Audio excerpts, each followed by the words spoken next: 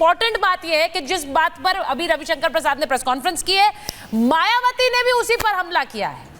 अब मायावती जी क्या कह रही हैं, क्योंकि जब राहुल गांधी का बयान आया है, जरा चलाइए राहुल गांधी का जो बयान आया और अमेरिका से आया, उस पर मायावती ने यहां पर हमला बोला है और वो सीधे कह रही है कि राहुल गांधी जो हैं वो आरक्षण विरोधी हैं। राहुल के नाटक से आप सतर्क रहिए, आरक्षण खात्मे का कांग्रेसी षड्यंत्र है ये।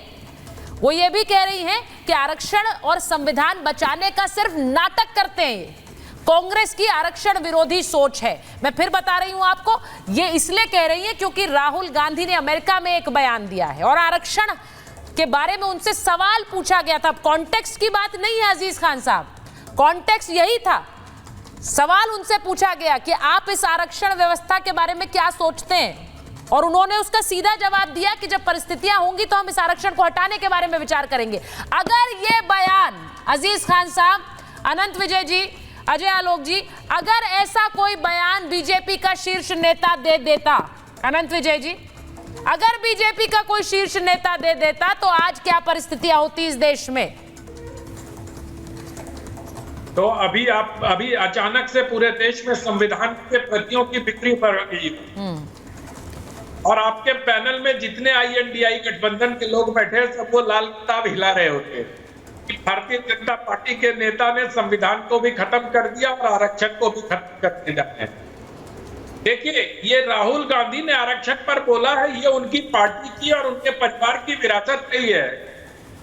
राजीव गांधी जी ने भी आरक्षण के खिलाफ बोला था, आरक्षण वालों को बुद्धू या जाने कोई ऐसा शब्द उपयोग किया था, उसने उसके पहले भी एक बहस हो चुकी है आरक्षण को लेकर।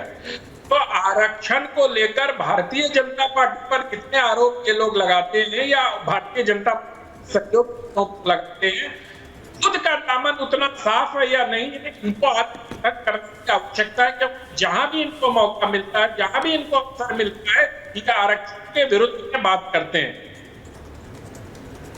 जहां मौका मिलता है। अजीज खान साहब, इसका जल्दी से जवाब दे दीजिए। मैं इस बयान को, आप आंखें बंद कर लीजिए, ये राहुल गांधी का बयान नहीं है, ये एक नेता ने इस देश में बयान दिया है। अब बताइए आपका रिएक्शन क्या होगा? भूल जाइए राहुल गांधी ने दिया है। पहला रिएक्शन मैं बताती हूँ, ये बीजेपी का बयान है, वही कह रहा हूँ। दूसरा बयान, ये आरक्षण विरोधी है। अरे सुनिए ना, आप सुनिए ना, बोलिए बोलिए। अरे सुन तो लें प्लीज। देखिए, डिबेट जो होता है ना, वो सेलेक्टिव होके नहीं होता है। किस पर्सपेक्टिव में कैसे कैसे बातें चल रही हैं, आप उन चीजों को चुन चुन के अगर आप निकालेंगी तो अर्थ का अनर्थ हो जाएगा। अर्थ का अनर्थ कर रही है। उन्होंने तमाम बातें RSS के बारे में की, चाइना के बारे में डिस्कस किया, उन्होंने तो तमाम भ्रष्टाचार पे बात किया। मैं कह रहा हूँ, आप ये कह रहे हैं कि सेलेक्टिव होकर मैं बात कर रही हूँ। अजीज खान साहब, आप अपनी बात कहिए, आप अपनी बात कहिए, लेकिन मेरी बयान भी सुनिए, मेरी बात भी सुनिए। सेलेक्टिव होकर डिबेट क्यों ना की जाए? जब देश की छवि धूमिल होती है विदेश में, तो क्यों ना सेलेक्टिव होकर डिबेट की जाए? ये debate BJP versus Samajwadi party नहीं है सर। आप अभी स्क्रीन पर हैं और अजय आलोक जी स्क्रीन पर हैं। मैं सिर्फ ये कह रही हूं कि देश के लिए विदेश जा रहे हैं, कोई वो आम नेता नहीं है ना, लीडर ऑफ ऑपोजिशन पार्टी है वो जाकर अगर ऐसा बयान देंगे तो उस पर चर्चा ना हो। वो RSS पर क्या कह रहे हैं, ठीक है, मैं उस पर बात नहीं कर रही हूं, वो उनकी राय है, लेकिन वो देश के बारे में क्या कह रहे हैं उस पर तो मैं बोलूंगी। देखिए सुचित्रा जी, जिस तरह मैं देख रहा हूं, एक नैरेटिव गढ़ने की कोशिश की जा रही है। देश के LOP को कहा जा रहा है साहब राष्ट्र विरोधी हैं, साहब वो लगातार राष्ट्र को बदनाम कर रहे हैं। मैं कह रहा हूं कि देखिए, आदमी का अपना ओपिनियन है, एक शख्स का ओपिनियन है, और वो ओपिनियन इस देश के बारे में, जो इस देश के नेता हैं, उन्होंने इस देश में कैसे कैसे डराने का प्रयास किया है, कैसे कैसे जो संस्थाएं हैं उनका दुरुपयोग किया है, उस पर अगर चर्चा कर रहा है तो मुझे लग रहा है उस पर चर्चा में कोई बुराई नहीं है, चर्चा करना चाहिए। उन्होंने तमाम बातें रखी, मोदी जी के बारे में रखी, देश के बारे में रखी, किस तरह जो संस्थाएं यहाँ उनको पूरी तरह से उनको कैप्चर कर लिया गया है, उसका इस्तेमाल कैसे हो रहा है, उसका दुरुपयोग कैसे। अगर ऐसी बातें रखी जा रही हैं और इन बातों को वो रख रहे हैं तो इसमें मुझे नहीं लग रहा कोई बुराई है। एग्जैक्टली अजीज खान साहब, आप ही की बात पर आती हूं, अजय जी के पास जाऊंगी।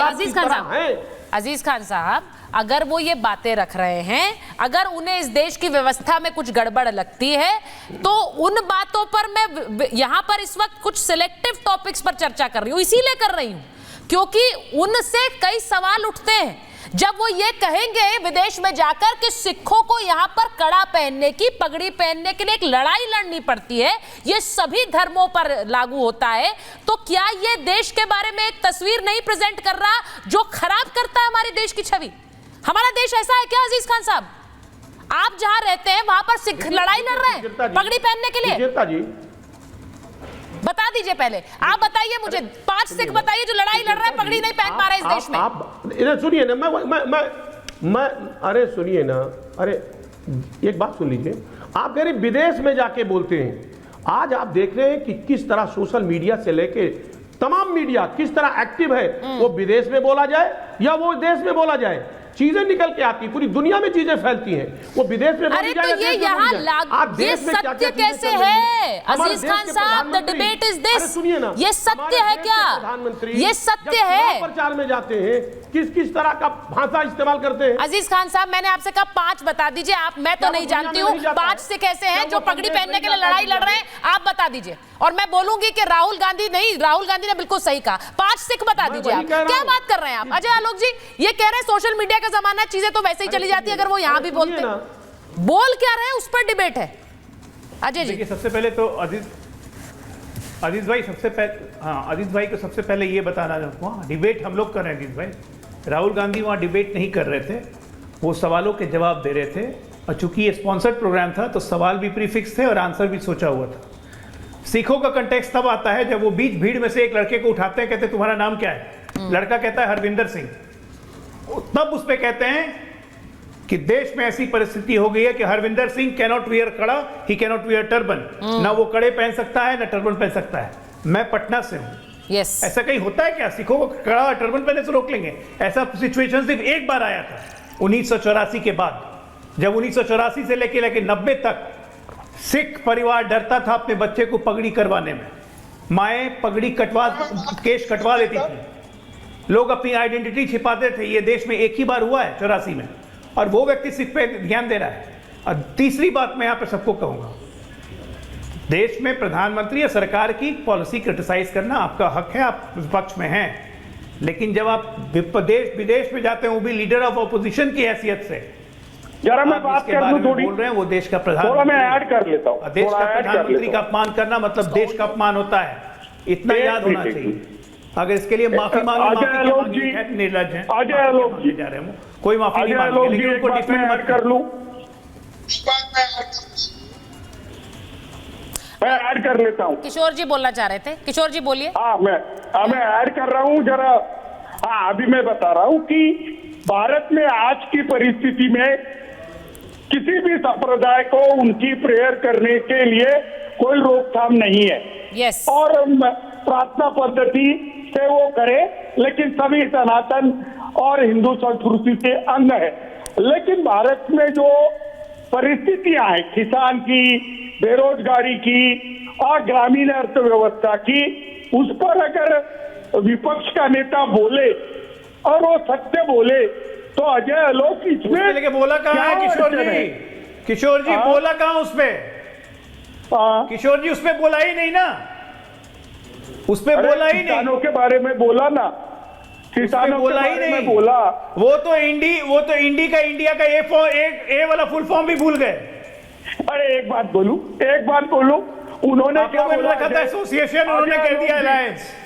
एक बात अजय एक बात सुन लो कि क्या बाबा साहब आम्बेडकर ने नहीं कहा था कि अगर SC ST OBC up to the mark आ जाएंगे तो आरक्षण हम विड्रॉ करेंगे?